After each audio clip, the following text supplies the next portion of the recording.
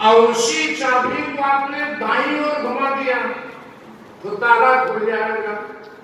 ऐसे मन रूपी चाबी को आपने बाईं ओर घुमा दिया, बाईं ओर घुमाने का मतलब जगत की ओर, तो यही मन तुम्हारे बंधन का कारण बन जाएगा।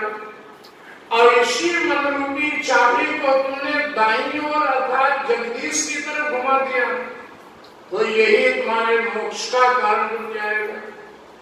मन ही याद रखना सुख दुख और बंधन और मोक्ष का कारण होता है।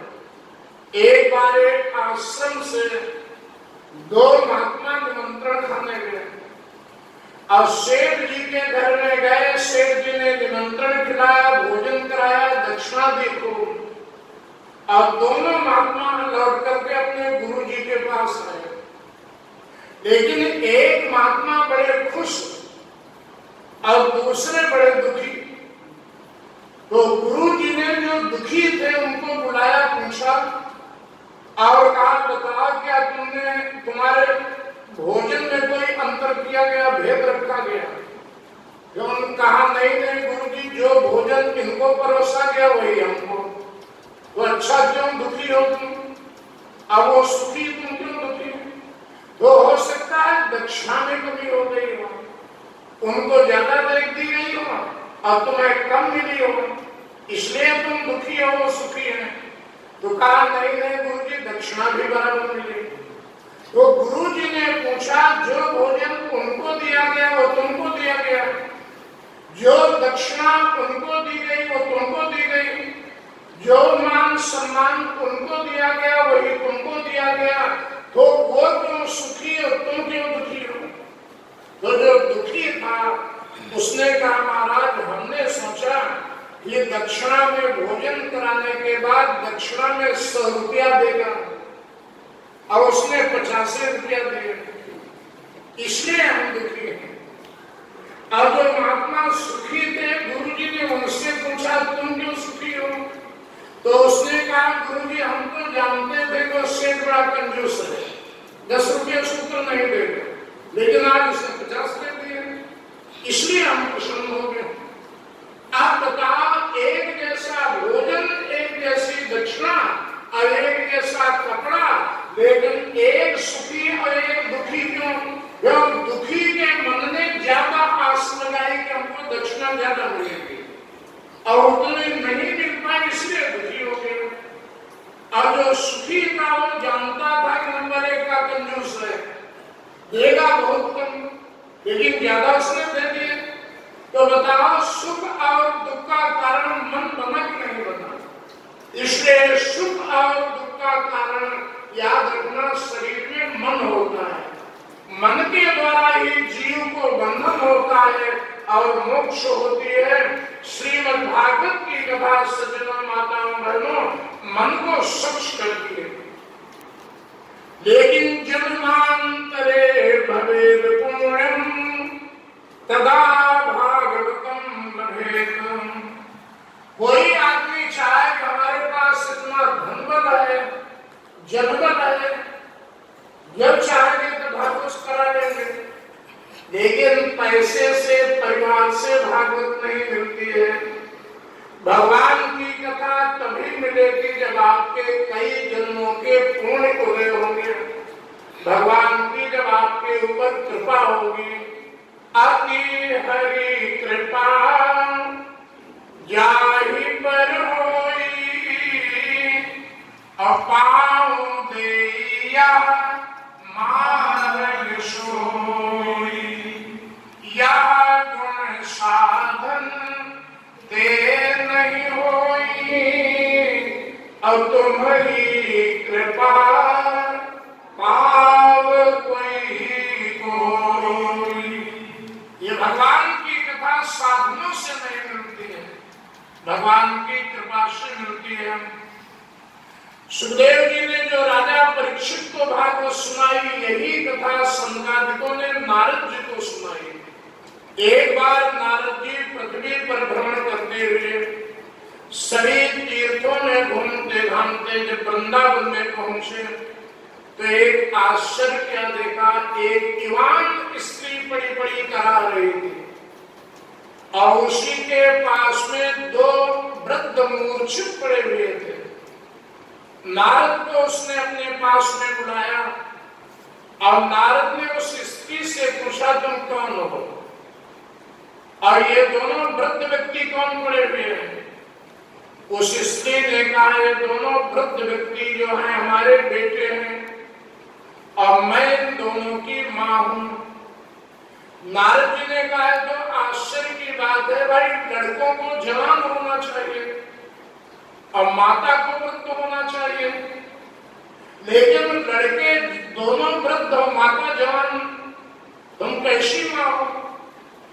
तब उस स्त्री ने कहा, आम भक्ति विख्याता इमो में तनयो मतो ज्ञान वैराग्य नामानो काल योगेन जर्जरो।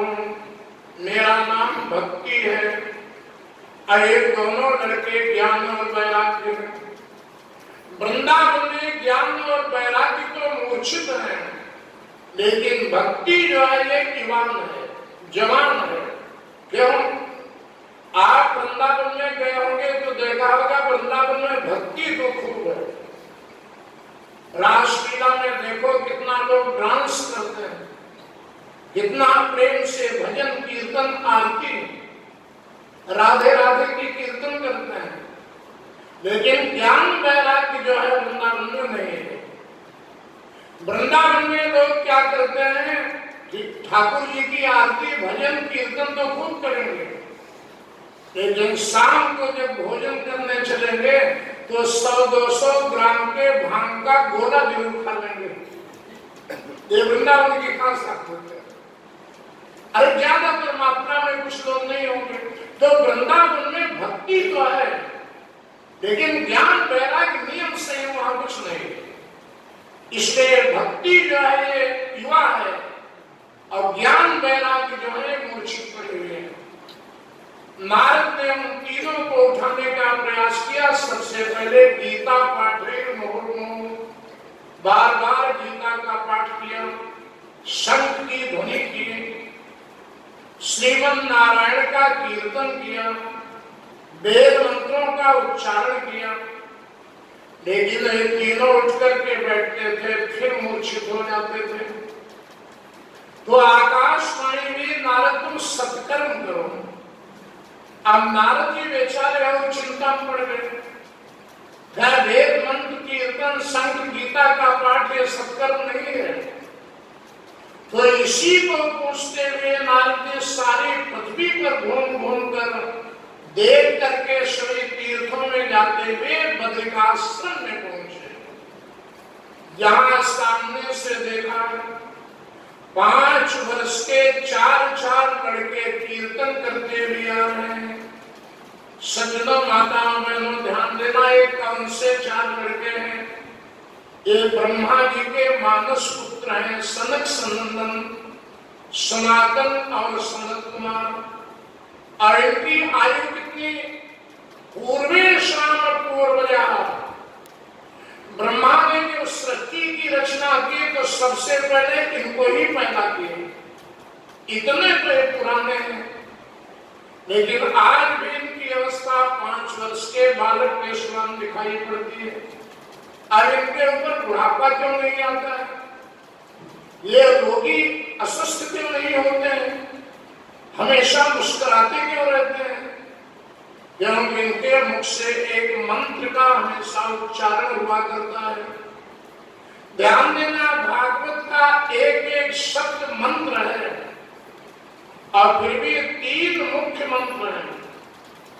एक मंत्र में आज आपको बताऊंगा जिसके जप करने से, जिसको जपने से मनुष्य के ऊपर जल्दी बुढ़ापा नहीं आता है, हमेशा सुखी रहता है। और दूसरा मंत्र जो है चौथे दिन बताएंगे कथा के बीच में, जिस मंत्र का जप करने से मोक्ष हो जाती है, दोबारा जन्म नहीं होता है। और तीसरा मंत्र जो है आखिरी दिन कथा में बताएंगे, उस मंत्र का उच्चारण करने से जो पूजा पाठ कथा सत्संग में त्रुटि कमी रह जाती है, वो पाप और दोष दूर हो तो 3 मुख्य मंत्र है, ध्यान देना। पहला मंत्र कौन है जो आज मैं बताने जा रहा हूं।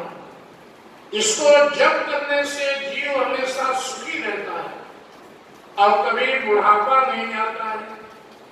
बुढ़ापे का मतलब भाई शरीर तो वृद्ध हो गई होगा, बाल तो सफेद होंगे होंगे, लेकिन शरीर के वृद्ध होने पर, बालों के वृद्ध होने पर बुढ़ापा नहीं आता है।